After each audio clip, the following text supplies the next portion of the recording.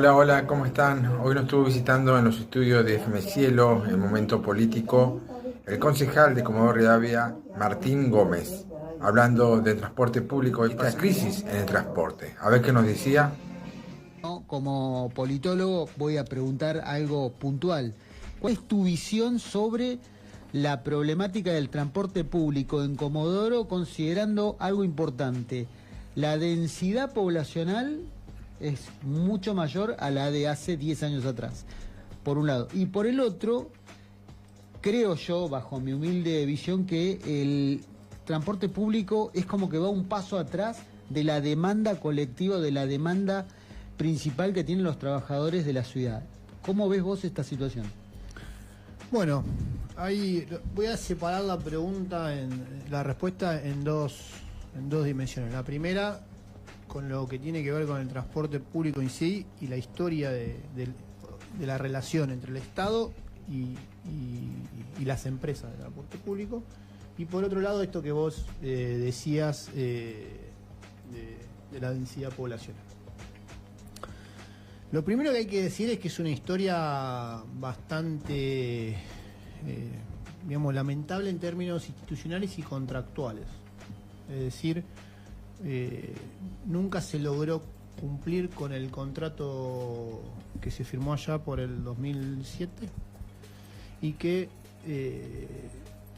se vivió, digamos, y hablando en lenguaje coloquial y llano, de prórroga en prórroga. Nunca se logró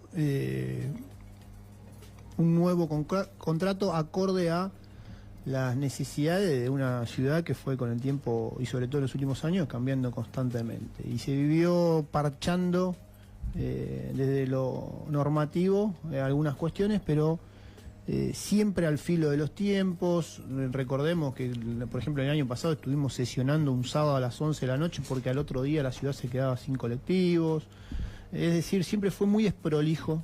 Correcto. La relación entre el Estado y el transporte. Eso por un lado. En el año 2024, que se vencía el contrato, teníamos la oportunidad histórica, o si se quiere, estoy hablando ya como Estado, digo, como un poder del Estado, independientemente de lo partidario. La oportunidad histórica de dar un punto final a esa historia irregular. Sí, es decir, se confeccionaba un nuevo pliego, se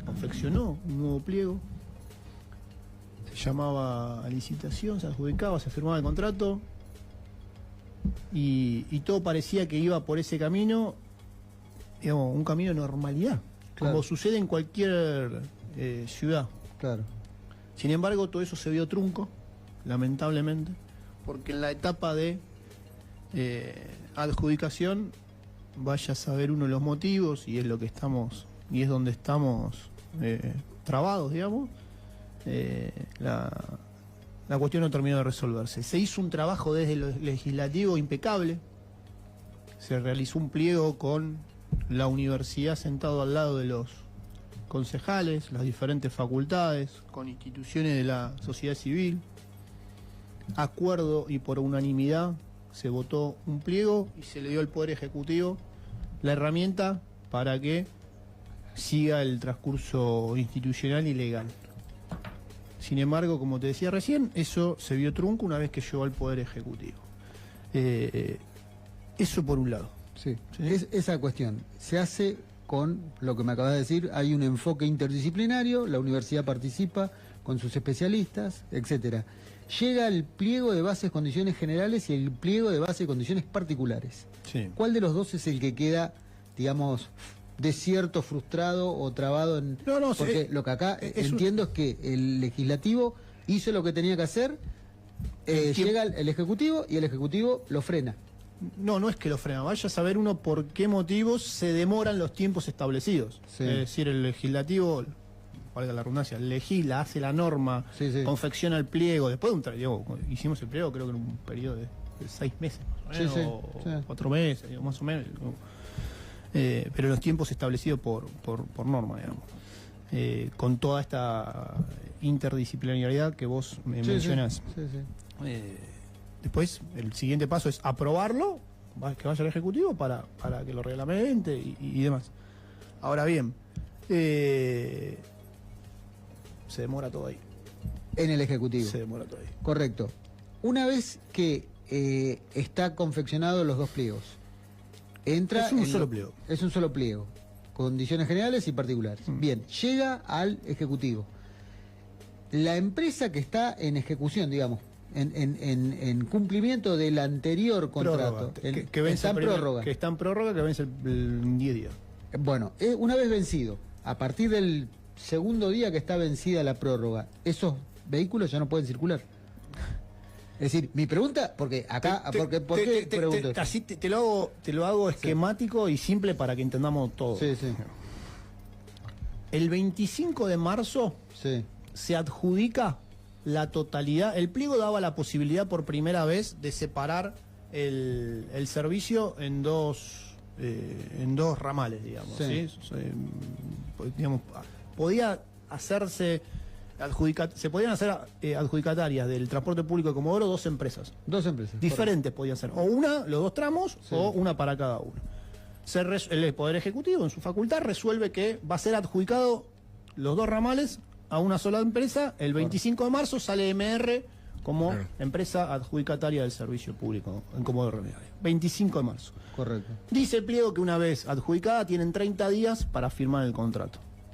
¿Sí? Es decir, el 25 de abril tenían que, como fecha límite, firmar el contrato, porque después hay un tiempo de implementación, digo, Claro. ¿no? de la nueva empresa, teniendo en cuenta que el 1 de junio se vence esta prórroga. Claro. ¿Qué pasó? Se adjudicó el 25 del 3 y hasta el lunes pasado, que tuvimos la novedad de que no se firmaba el contrato, no había noticias de la firma del contrato.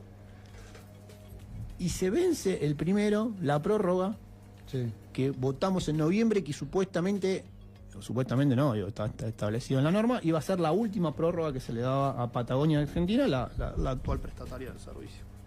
Así que ahí teníamos un desfasaje, es decir, perdón, y me comí algo. Antes de la firma del contrato, la empresa presenta un plan de implementación que está establecido en el pliego, que cuenta cómo va a ser valga la redundancia, la implementación de todo lo operativo, cómo va a traer los colectivos desde Buenos Aires, cómo va a traer, Sí. cómo va a hacer el traspaso del personal, cómo va a implementar todo lo que tiene que ver con las máquinas SUBE, los registros, el patentamiento, digo, es traer 100 y pico de colectivos y ponerlo a funcionar en una ciudad, la base operativa, digo, no es fácil. Bueno, hay un plan de implementación que está contemplado en el pliego, lo presenta la empresa y la empresa dice, una vez que firmemos el contrato, dentro de los primeros 30 días vamos a traer 95 colectivos que ya están en Nuevas. Buenos Aires, todos 0 kilómetros porque lo establece el pliego, Sí.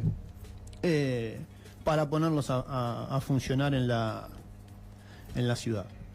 Supongamos que el contrato se hubiese firmado el día 15 de este mes, hace 3 o 4 días, Sí. los 30 días te daban 15 de junio, Claro. mayo, junio. Sí, sí, sí. ¿Y qué pasaba del 1 de junio? Claro. Que se vence la prórroga Al 14-15, que según el pliego tenía la empresa la obligación Sí. de poner en marcha todo eso. Bueno, en ese marco, la sesión pasada, nosotros citamos, desde mi banca, cito al secretario de Gobierno, para que nos explique qué iba a hacer el Estado con el transporte público a partir del 1 de junio, teniendo en cuenta toda esta situación y sin haber sucedido esto de la firma del no contrato. Claro. Y sin haber operacionalizado todavía el nuevo servicio. No, todo eso estaba Claro, congelado. digamos. congelado. Sí, sí. Bueno, y ya estaba establecida la citación que sucedió en el día de ayer y en el medio nos encontramos que la municipalidad no firma el contrato. Así que ahora, y ayer con el secretario de Gobierno en el Consejo, digamos, teníamos dos grandes preguntas, dos grandes ejes. Claro. La primera es, ¿qué pasó que no se firmó? Y la segunda, ¿qué va a hacer el Estado a partir del 1 de junio teniendo en cuenta la situación legal contractual en la que estamos? Claro. Es que se vence la prórroga y no hay otra empresa.